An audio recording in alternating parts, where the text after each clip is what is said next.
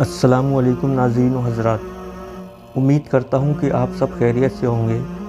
آج کی ویڈیو کا موضوع ہے کہ اللہ کے رسول صلی اللہ علیہ وسلم نے لوگوں کو اسلام کی دعوت کیسے دی۔ اس سے پہلے والی ویڈیو میں نے آپ کو بتایا تھا کہ آپ صلی اللہ علیہ وسلم نے اپنے خاندان اور قریبی دوستوں تک دین کیسے پہنچایا۔ آج کی اس ویڈیو میں آپ سے اس سے آگے کی باتیں بتانے والا ہوں۔ اگر آپ نے میری اس سے پہلے والی ویڈیو نہیں دیکھی ہے تو برائے مہربانی اس ویڈیو کو دیکھیں، جس سے کہ آپ کو پوری بات کا علم ہو جائے۔ اگر آپ کو میری ویڈیوز اچھی لگیں تو چینل کو سبسکرائب اور ویڈیو کو لائک اور شیئر کریں۔ چلیے ویڈیو شروع کرتے ہیں۔ قریش کو معلوم ہو گیا کہ ابو طالب سے ان کی بات چیت کا کوئی اثر نہیں ہوا۔ ابو طالب قبیلے کے سردار تھے۔ وہ پیغمبر صلی اللہ علیہ وسلم کو بے سہارا چھوڑنے پر تیار نہ تھے۔ انہوں نے پیغمبر صلی اللہ علیہ وسلم کی حفاظت کرنے کا پکا ارادہ کر رکھا تھا، جیسا کہ اس وقت کا رواج تھا۔ قریش مسلمانوں کو ستانا شروع کرتے ہیں۔ قریش نے اب اللہ کے رسول صلی اللہ علیہ وسلم اور آپ کے ساتھیوں کے خلاف لوگوں کو بھڑکانا شروع کیا۔ ہر قبیلہ اپنے درمیان مسلمان ہو جانے والوں پر پل پڑا اور انہیں مار پیٹ کر اور دوسری تکلیفیں دے کر نئے دین کو چھوڑنے پر مجبور کرنے لگا۔ انہوں نے مسلمانوں کو قید کر کے بھی ستایا۔ انہوں نے بے سہارا لوگوں کو بھوکا پیاسا رکھ کر اور مار پیٹ کر کے ظلم کی حد کر دی۔ وہ انہیں دوپہر کے وقت مکہ کی تپتی ہوئی ریت پر لٹائی رکھتے، جبکہ سورج سر پر ہوتا اور جلا رہا ہوتا۔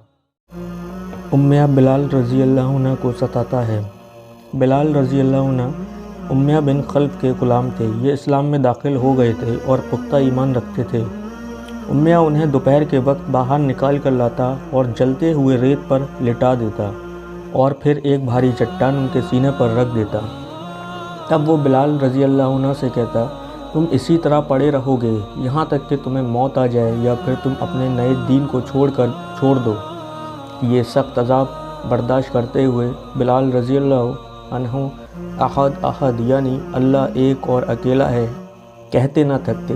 ایک دفعہ حضرت ابو بکر صدیق رضی اللہ عنہ نے بلال رضی اللہ عنہ کو اس عذاب میں مبتلا دیکھ لیا۔ ان کا دل رحم کے جذبے سے بھر گیا اور انہوں نے امیہ سے بلال رضی اللہ عنہ کو خرید کر انہیں آزاد کر دیا۔ یاسر، سمیہ اور ان کا بیٹا عمار رضی اللہ عنہ۔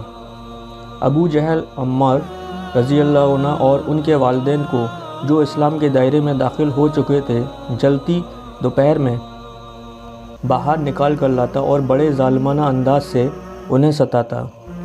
انہوں نے اسلام کو چھوڑنے سے انکار کر دیا۔ اللہ کے رسول صلی اللہ علیہ وسلم کا ان پر سے گزر ہوا اور انہیں اس عذاب میں مبتلا دیکھا۔ آپ نے انہیں خطاب کر کے فرمایا، صبر اے آل یاسر، جنت کا تم سے وعدہ ہے۔ یاسر رضی اللہ عنہ اور سمیہ رضی اللہ عنہ ابو جہل کے ہاتھوں اس ظلم کو برداشت نہ کر سکے اور دنیا سے رخصت ہو گئے۔ سمیہ اسلام کی راہ میں جان دینے والی پہلی خاتون تھی۔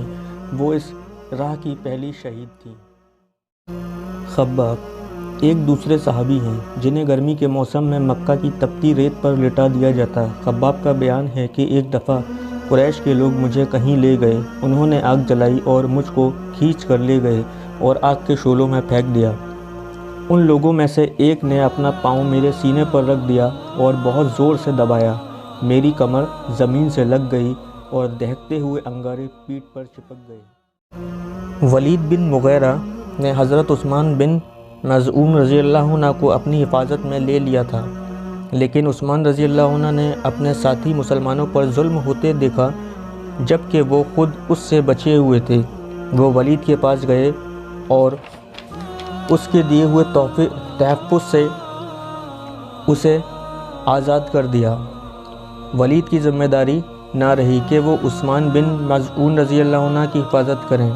ولید نے کہا، بھتیجے، کیا میرے کسی آدمی نے تمہیں نقصان پہنچایا ہے؟ عثمان رضی اللہ عنہ نے جواب دیا، ایسا تو نہیں ہے، مگر اللہ کی حفاظت میں رہنا چاہتا ہوں اور اس کے سوا مجھے کسی اور کا تحفظ نہیں چاہیے۔ بس عثمان رضی اللہ عنہ نے اس کے کیے ہوئے پکے وعدے سے اسے آزاد کر دیا۔ تھوڑے عرصے بعد ایسا ہوا کہ شاعر لبید قریش کو اپنا کلام یعنی کہ شعر سنا رہا تھا۔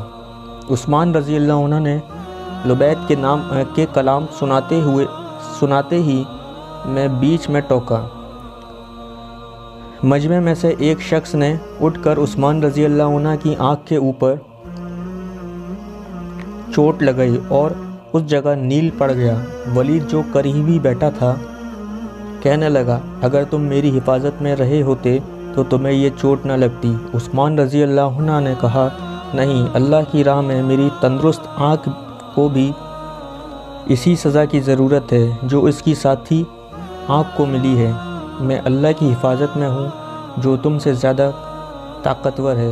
ولید نے اس پر کہا، اے میرے بھائی کی اولاد، میرا تحفظ تمہارے لیے ہر وقت موجود ہے، لیکن عثمان رضی اللہ عنہ نے اسے ٹھکرایا۔ مسلمان اللہ کی راہ میں صبر و استقامت کے ساتھ ظلم سہتے رہے، انہیں کسی کا خوف نہ تھا۔